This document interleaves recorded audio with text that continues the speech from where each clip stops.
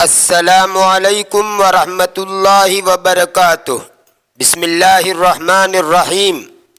سامعین و ناظرین، قصص النبیین جزء ثانی کے ترجمے کے 3 اسباق آپ کے سامنے آ چکے ہیں۔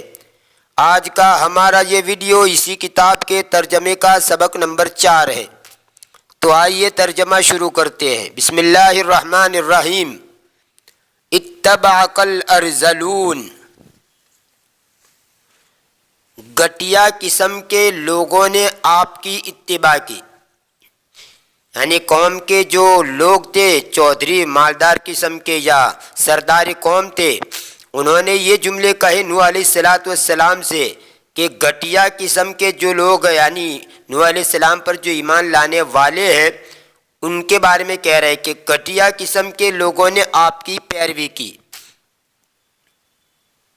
ایک بات یاد رہے، ہر زمانے میں صرف حیات دنیا کی بھول بھلیا میں پھنسے ہوئے انسانوں نے مالدار کو معزز و شریف اور غریب و فقیر کو بے عزت و رذیل قرار دیا۔ حضرت نوح علیہ السلام کی قوم نے ایمان لانے والے غریب لوگوں کو اسی معیار سے رذیل کہہ کر یہ اعتراض کیا تھا کہ ہم ان رذیل لوگوں کے ساتھ نہیں بیٹھ سکتے۔ اگر آپ چاہتے ہیں کہ ہمیں کوئی پیغام سنائیں تو ان غریب و غربا کو اپنے پاس سے نکال دیجئے۔ انہوں نے یہ جملے کہے، قالوا انؤمن لک واتبعک الارذلون، یعنی یہ کیسے ہو سکتا ہے کہ ہم آپ پر ایسی حالت میں ایمان لائیں جبکہ آپ کے متبعین رذیل قسم کے لوگ ہیں، گھٹیا درجے کے لوگ ہیں۔ حضرت نوح علیہ السلام نے ان کے اس دل خراش کلام کا جواب مخصوص پیغمبرانہ انداز میں دیا تھا کہ وما علمی بما کانوا یعملون ان حسابهم الا علی ربی لو تشعرون، یعنی میں ان کے اعمال سے پوری طرح واقف نہیں کہ یہ فیصلہ کر سکوں کہ وہ رذیل ہے یا شریف و معزز، بلکہ ہر شخص کے عمل کی حقیقت اور اس کا حساب میرے رب ہی کو معلوم ہے جو دلوں کے بھید سے اچھی طرح باخبر ہے۔ نوح علیہ السلام نے ان جاہل اور متکبر انسانی شرافت و رذالت کی حقیقت سے ناآشنا اور ناواقف لوگوں کا رخ ایک واضح اور کھلی ہوئی حقیقت کی طرف پھیر کر یہ بتلا دیا کہ شریف و رذیل کے الفاظ تم لوگ استعمال کرتے ہو اور ان کی حقیقت سے واقفیت نہیں، بس پیسے والے کو شریف اور غریب کو رذیل کہنے لگے، حالانکہ شرافت و رذالت کا معیار پیسہ نہیں بلکہ اعمال و اخلاق ہے۔ اس موقع پر حضرت نوح علیہ السلام یہ فرما سکتے تھے کہ اعمال و اخلاق کے معیار پر یہ لوگ تم سے زیادہ شریف و معزز ہیں، لیکن پیغمبرانہ طرز تبلیغ و اصلاح نے اس کی اجازت نہیں دی کہ ایسا جملہ کہیں جس سے مخاطب کو اشتعال ہو، مخاطب بھڑک جائے۔ اس لیے صرف اتنا فرما دیا کہ رذالت کا مدار تو افعال و اعمال پر ہے اور میں ان کے اعمال سے پوری طرح واقف نہیں، اس لیے ان کے شریف یا رذیل ہونے کا فیصلہ نہیں کر سکتا۔ نوح علیہ السلام کے بعد بھی ہر زمانے میں قوم کے غریب لوگ خواہ وہ اپنے اخلاق و اعمال کے اعتبار سے کتنے ہی شریف اور باعزت ہو، مگر دنیا پرست نخوشیار لوگ ان کو حقیر و ذلیل کہتے آئے ہیں۔ خیر، تو یہاں پر بھی حضرت نوح علیہ السلام کے اوپر جو ایمان لانے والے لوگ تھے، ان لوگوں کو بھی ان قوم نے رذیل اور گھٹیا قسم کے لوگ کہا۔ میں کوئی تفصیل میں جانا نہیں چاہتا، حضرت نبی کریم صلی اللہ علیہ وسلم کے ساتھ بھی یہی صورتحال پیش آئی تھی۔ ان سرداروں نے یہ کہا تھا کہ آپ اپنے پاس سے ان کو ہٹا دیجئے تاکہ ہم آپ کی بات سن سکیں۔ پورا لمبا چوڑا واقعہ ہے، میں اس کو یہاں پر دہرا نہیں رہا ہوں کیونکہ ویڈیو لمبا ہو جائے گا۔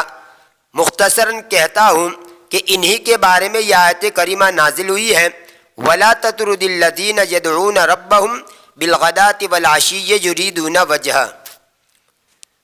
تو نوح علیہ السلام کے ساتھ اور حضور صلی اللہ علیہ وسلم کے ساتھ بھی یہ دونوں باتیں ملتی جلتی پیش آئی۔ اب آئیے ترجمے کی طرف بڑھتے ہیں۔ اتبعک الارذلون، رذیل یعنی گھٹیا لوگوں نے تمہاری اتباع کی۔ ارزل اس کا معنی ہوتا ہے گھٹیا قسم کا آدمی، اس کی جمع آتی ہے اراذل، ارزل کی جمع ہے اراذل۔ وَاجْتَهَدَ نُوحٌ كَثِيرًا أَن يُؤْمِنُوا قَوْمُهُ وَيَعْبُدُوا اللَّهَ وَيَتْرُكُوا الْأَصْنَامَ، اور نوح علیہ السلام نے بہت کوشش کی کہ اس کی قوم ایمان لے آئے اور اللہ کی عبادت کرے اور بتوں کو چھوڑ دے۔ وَلَكِنْ مَا آمَنَ بِنُوحٍ إِلَّا بَعْضُ الْأَفْرَادِ مِنْ قَوْمِهِ، اور لیکن نوح علیہ السلام پر ایمان نہیں لائے مگر اس کی قوم میں سے کچھ ہی افراد۔ ما آمن به الا بعض الافراد الذين يعملون بأيديهم ويأكلون الحلال، اس پر ایمان نہیں لائے مگر کچھ ہی افراد جو ان کے ہاتھ سے کام کرتے تھے اور حلال کھاتے تھے۔ روایت ہے کہ تقریباً 80 لوگوں نے ایمان قبول کیا تھا، اور ایک روایت میں یہ بھی ہے ان میں سے 40 مرد تھے اور 40 عورتیں تھیں، تو کل ملا کر حضرت نوح علیہ السلام پر ایمان لانے والے جو لوگ تھے وہ 80 کی تعداد میں تھے۔ اما الاغنیاء من قومه فقد منعهم کبرهم ان یطیعوا نوحا، رہے اس کی قوم کے ماردار لوگ تو ان کی گھمنڈ نے، ان کی برائی نے ان کو روک دیا اس بات سے کہ وہ نوح علیہ السلام کی اطاعت کرے، نوح علیہ السلام کی بات مانے۔ کبرن اس کا معنی ہوتا ہے برائی، تکبر، عظمت۔ وَشَغَلَتْهُمْ أَمْوَالُهُمْ وَأَوْلَادُهُمْ أَنْ يُفَكِّرُوا فِي الْآخِرَةِ، اور ان کے مالوں نے اور ان کی اولاد نے ان کو غافل کر دیا اس بات سے کہ وہ آخرت کے بارے میں سوچیں۔ وَكَانُوا يَقُولُونَ نَحْنُ أَشْرَافٌ وَهَؤُلَاءِ أَرَاذِلُ، اور وہ کہتے تھے کہ ہم شریف ہیں اور یہ لوگ رذیل ہیں۔ ارزل کا معنی بدترین، بہت گھٹیا، نچلے درجے کا، ہر خراب چیز، جمع آتی ہے اراذل۔ اور اشرافن کا معنی باحیثیت لوگ، معززین اور بڑے لوگ، جس کی ضد آتی ہے اشرار۔ وَلَمَّا دَعَاهُمْ نُوحٌ إِلَى اللَّهِ قَالُوا أَنُؤْمِنُ لَكَ وَاتَّبَعَكَ الْأَرْذَلُونَ، اور جب نوح علیہ السلام نے ان کو اللہ کی طرف دعوت دی تو انہوں نے کہا کیا ہم آپ کے اوپر ایمان لے آئے، حالانکہ گھٹیا قسم کے لوگوں نے آپ کی اتباع کی۔ وَطَلَبُوا مِن نُوحٍ أَن يَطْرُدَ هَؤُلَاءِ الْمَسَاكِينَ، اور انہوں نے نوح علیہ السلام سے درخواست کی کہ وہ ان مسکینوں کو ہٹا دے، دور کر دے۔ مسکین کا معنی غریب و نادار، کمزور و عاجز، حقیر و ذلیل۔ ایسے ہی وہ شخص جس کے پاس بال بچوں کی کفایت بھر سامان زیست نہ ہو، زندگی گزارنے کا سامان نہ ہو، اس کو بھی کہا جاتا ہے مسکین۔ اس کی جمع ہے مساکین۔ اور ترد یطرد کا معنی ہٹانا، دور کر دینا۔ وَطَلَبُوا مِن نُوحٍ أَن يَطْرُدَ هَؤُلَاءِ الْمَسَاكِينَ، اور انہوں نے نوح علیہ السلام سے مطالبہ کیا یا درخواست کی کہ وہ ان مسکینوں کو ہٹا دے، دور کر دے۔ وَلَكِنَّ نُوحًا أَبَىٰ وَقَالَ مَا أَنَا بِطَارِدِ الْمُؤْمِنِينَ، اور لیکن نوح علیہ السلام نے انکار کر دیا اور کہا میں مومنین کو ہٹانے والا نہیں ہوں۔ ان بابی لیس باب ملک ان انا الا نذیر مبین، بلا شبہ میرا دروازہ بادشاہ کا دروازہ نہیں ہے، میں نہیں ہوں مگر کھلا ہوا ڈرانے والا۔ یہ ان نافیہ ہے جس کا معنی نہیں کہ ہے۔ مطلب یہ ہے کہ جیسے بادشاہ ہوتے ہیں، بادشاہ کے دربار کے اندر ہر کس و ناقص کو جانے کی اجازت نہیں ہوتی، بادشاہ تک پہنچنے کے لیے کتنے پاپر بیلنے پڑتے ہیں، تب جا کر وہاں پر رسائی اور پہنچ ہوتی ہے۔ تو نوح علیہ السلام نے کہا کہ میرا دروازہ بادشاہ کا دروازہ نہیں ہے، یہاں پر تو جس کو بھی آنا ہو آ سکتا ہے، کوئی روک ٹوک نہیں ہے۔ وَقَانَ نُوحٌ يَعْرِفُ أَنَّ هَؤُلَاءِ الْمَسَاكِينَ مُؤْمِنُونَ مُخْلِصُونَ، اور نوح علیہ السلام جانتے تھے کہ یہ مسکین مومن ہیں اور اخلاص والے ہیں۔ وَأَنَّ اللَّهَ يَغْضَبُ إِذَا طَرَدَ هَؤُلَاءِ الْمَسَاكِينَ وَإِذًا لَا يَنْصُرُهُ أَحَدٌ، اور بلا شبہ اللہ تعالیٰ غصے ہو جائے گا جب وہ ان مسکینوں کو ہٹا دے گا، یعنی نوح علیہ السلام کہہ رہے کہ جب میں ان مسکینوں کو ہٹا دوں گا، دور کر دوں گا تو اللہ غصے ہو جائے گا اور تب تو کوئی ان کی مدد نہیں کرے گا۔ فقال نوح یا قوم من ینصرنی من اللہ ان ترکتہم، نوح علیہ السلام نے کہا میری قوم، اللہ کی طرف سے میری کون مدد کرے گا اگر میں ان کو ہٹا دوں گا۔ یہ ان شرطیہ ہے اور ماضی پر داخل ہو کر ماضی کو بھی مستقبل کے معنی میں کر دیتا ہے، اس لیے یہاں پر مستقبل کا ترجمہ کریں گے۔ اے میری قوم، میری کون مدد کرے گا اللہ کی طرف سے اگر میں ان کو ہٹا دوں گا، دور کر دوں گا یا دھتکار دوں گا۔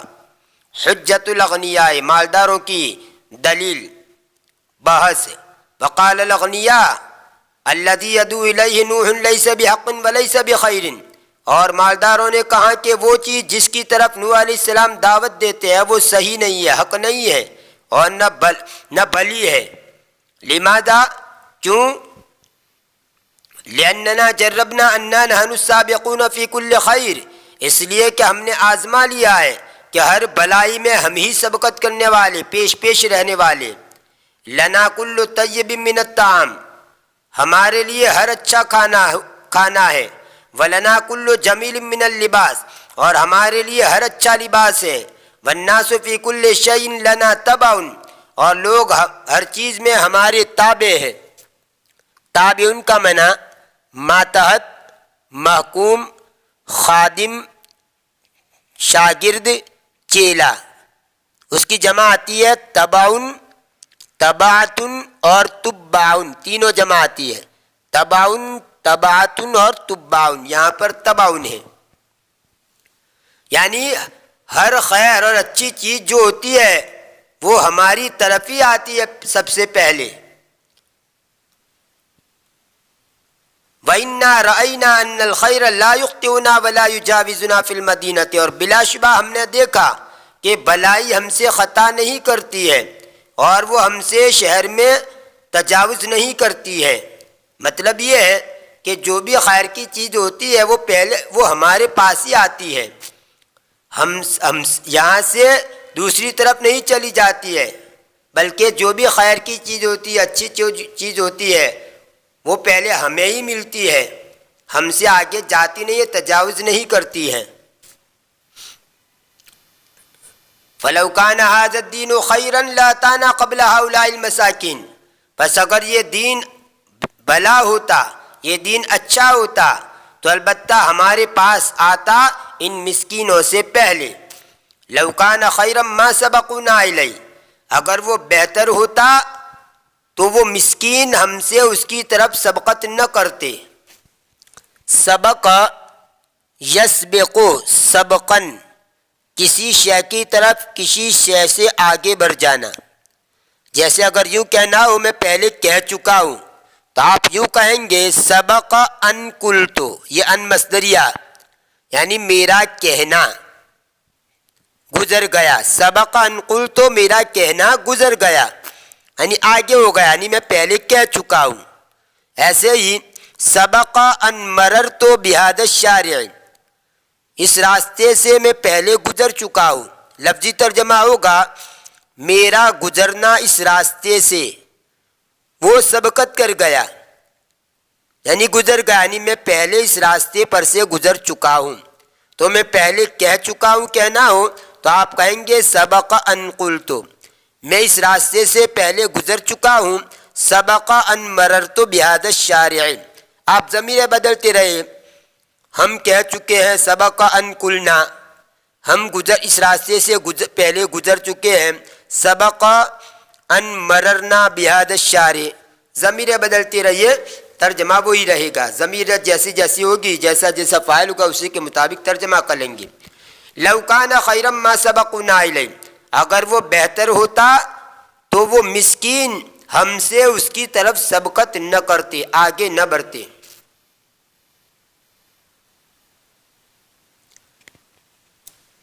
دعوت نوح، نوح علیہ السلام کی دعوت۔ ودعا نوح قومہ واجتہد فی النصیحہ، اور نوح علیہ السلام نے اس کی قوم کو بلایا اور خیر خواہی میں نصیحت کرنے میں کوشش کی۔ یہ نصیحت، یہ خا غلط ہے، یہ ہا پڑھیں گے فی النصیحت۔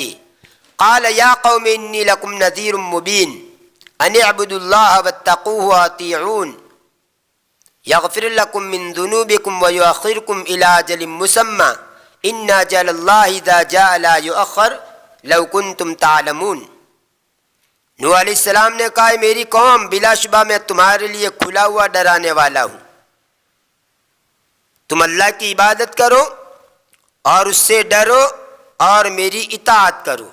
یہ وَأَطِيعُونَ اصل میں وَأَطِيعُونِي، یہ یا جو ہے جس کا ترجمہ میری، وہ یہاں پر محذوف ہے۔ قرآن کریم کے اندر عموماً ایسا ہوتا ہے کہ یا متکلم کو یہاں ظاہر نہیں کیا جاتا، جیسے یہاں پر وَأَطِيعُونَ اصل میں وَأَطِيعُونِي ایسا تھا۔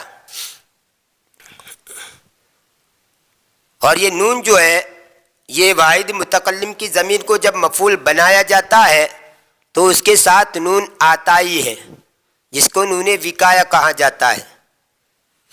یغفر لکم من ذنوبکم ویؤخرکم الی اجل مسمی، وہ تمہیں یعنی تم اللہ کی عبادت کرو، اس سے ڈرو اور میری اطاعت کرو، تو اس کا جواب ہے کہ وہ تم کو تمہارے لیے تمہارے گناہوں کو معاف کر دے گا۔ پہلے میں کہہ چکا ہوں کہ امر کے جواب کے اندر جب مضارع آئے تو اس مضارع کو مجزوم پڑھا جاتا ہے، تو یا اعبدوا اتقوا اطیعوا امر کے صیغے ہے، اور اس کے بعد یہ یغفر یؤخر مضارع کا صیغہ ہے، اس لیے اس کو مجزوم پڑھا گیا۔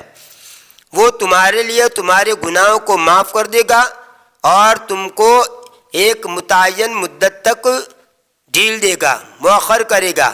ان اجل اللہ اذا جاء لا یؤخر، بلا شبہ جب اللہ کی مدت آتی ہے لا یؤخر ہو تو اس کو پیچھے نہیں کیا جاتا، لو کنتم تعلمون اگر تم جانتے ہو۔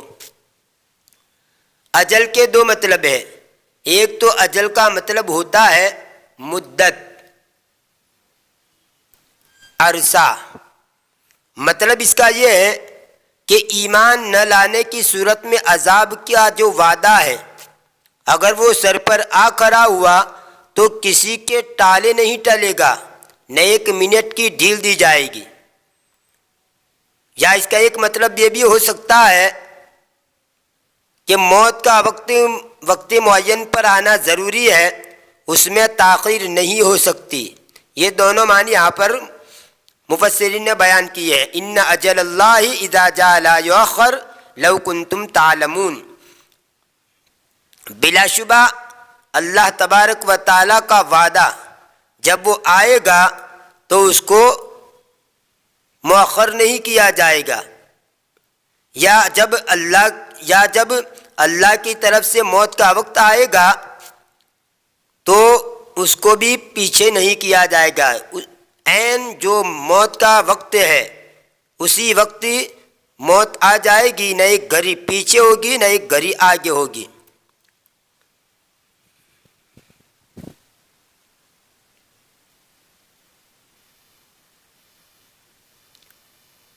وَقَانَ اللَّهُ حَبَسَ عَنْهُمُ الْمَطَرَ وَغَضِبَ عَلَيْهِمْ وَقَلَّ الْحَرْثُ وَقَلَّ النَّسْلُ، اور اللہ تعالیٰ نے ان سے بارش کو روک لیا اور ان پر غصے ہو گیا اور کھیتی کم ہو گئی اور نسل کم ہو گئی۔ فَقَالَ نُوحٌ يَا قَوْمِ إِنْ آمَنْتُمْ رَضِيَ عَنْكُمُ اللَّهُ وَزَالَ هَذَا الْعَذَابُ، بس نوح علیہ السلام نے کہا میری قوم اگر تم ایمان لے آؤ گے وہ تم سے راضی ہو جائے گا، اللہ تم سے راضی ہو جائے گا اور یہ عذاب ہٹ جائے گا۔ زال یزال کا معنی دور ہو جانا، ہٹ جانا۔ وارسل علیکم الامطار وبارک لکم فی الرزق والاولاد، اور وہ تم پر بارش بھیجے گا اور تمہارے لیے رزق میں اور اولاد میں برکت دے گا۔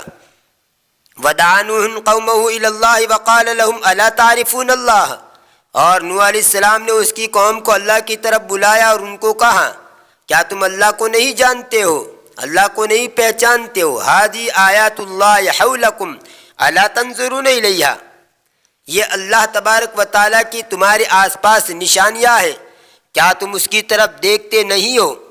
آیتن کا معنی علامت، نشانی، سامان عبرت، معجزہ۔ ایسے ہی قرآن پاک کا ایک جملہ یا چند جملے جن کے آخر میں وقف ہوتا ہے اس کو بھی آیتن کہا جاتا ہے۔ اس کی جمع آتی ہے آیون اور آیاتن۔ آیتن کی جمع آیون بھی آتا ہے اور آیاتن بھی آتی ہے۔ ہادی آیات اللہ حولکم الا تنظرون الیہا، یہ اللہ کی نشانیاں ہیں تمہارے آس پاس، کیا تم اس کو دیکھتے نہیں ہو؟ الا تنظرون الی السماء، کیا تم الی السماء والارض، کیا تم آسمان و زمین کی طرف دیکھتے نہیں ہو؟ الا تنظرون الی الشمس والقمر، کیا تم سورج اور چاند کی طرف دیکھتے نہیں ہو؟ من خلق السماوات وجعل القمر فیہن نورا وجعل الشمس سراجا، کس نے آسمانوں کو پیدا کیا اور کس نے ان میں چاند کو روشن بنایا اور کس نے سورج کو چراغ بنایا؟ ومن خلقکم وجعل لکم الارض بساطا، اور کس نے تم کو پیدا کیا اور تمہارے لیے زمین کو بچھونا بنایا؟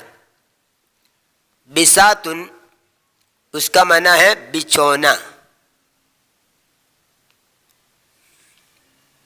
وَلَكِنَّ قَوْمَ نُوحٍ لَمْ يَعْقِلُوا وَلَكِنَّ قَوْمَ نُوحٍ لَمْ يُؤْمِنُوا، اور لیکن نوح علیہ السلام کی قوم نہیں سمجھی، اور لیکن نوح علیہ السلام کی قوم ایمان نہیں لائی۔ بَلْ إِذَا دَعَاهُمْ نُوحٌ إِلَى اللَّهِ جَعَلُوا أَصَابِعَهُمْ فِي آذَانِهِمْ، بلکہ جب نوح علیہ السلام ان کو اللہ کی طرف بلاتے تو وہ ان کی انگلیاں ان کے کانوں میں رکھ دیتے، یعنی ان کی انگلیوں کو ان کے کانوں کے اندر ٹھونس دیتے۔ وَكَيْفَ يَفْهَمُ مَن لَّا يَسْمَعُ، اور کیسے سمجھے گا وہ آدمی جو سنتا ہی نہیں۔ وَكَيْفَ يَسْمَعُ مَن لَّا يُرِيدُ أَن يَسْمَعَ، اور کیسے سنے گا وہ شخص جو سننا ہی نہیں چاہتا ہے، جو نہیں چاہتا ہے یہ کہ سنے، مطلب سننا ہی نہیں چاہتا۔ وَكَيْفَ يَفْهَمُ مَن لَّا يَسْمَعُ، اور کیسے سمجھے گا وہ آدمی جو سنتا نہیں۔ وَكَيْفَ يَسْمَعُ مَن لَّا يُرِيدُ أَن يَسْمَعَ، اور کیسے سنے گا وہ آدمی جو سننا ہی نہیں چاہتا۔ یہ تھا قصص النبیین جزء ثانی کے ترجمے کا سبق نمبر 4۔ انشاءاللہ آنے والی ویڈیو میں اس کتاب کا سبق نمبر 5 آپ کے سامنے پیش کیا جائے گا۔ تب تک کے لیے انتظار کیجیے، دعاؤں میں یاد رکھیے۔ فی امان اللہ، الی اللقاء۔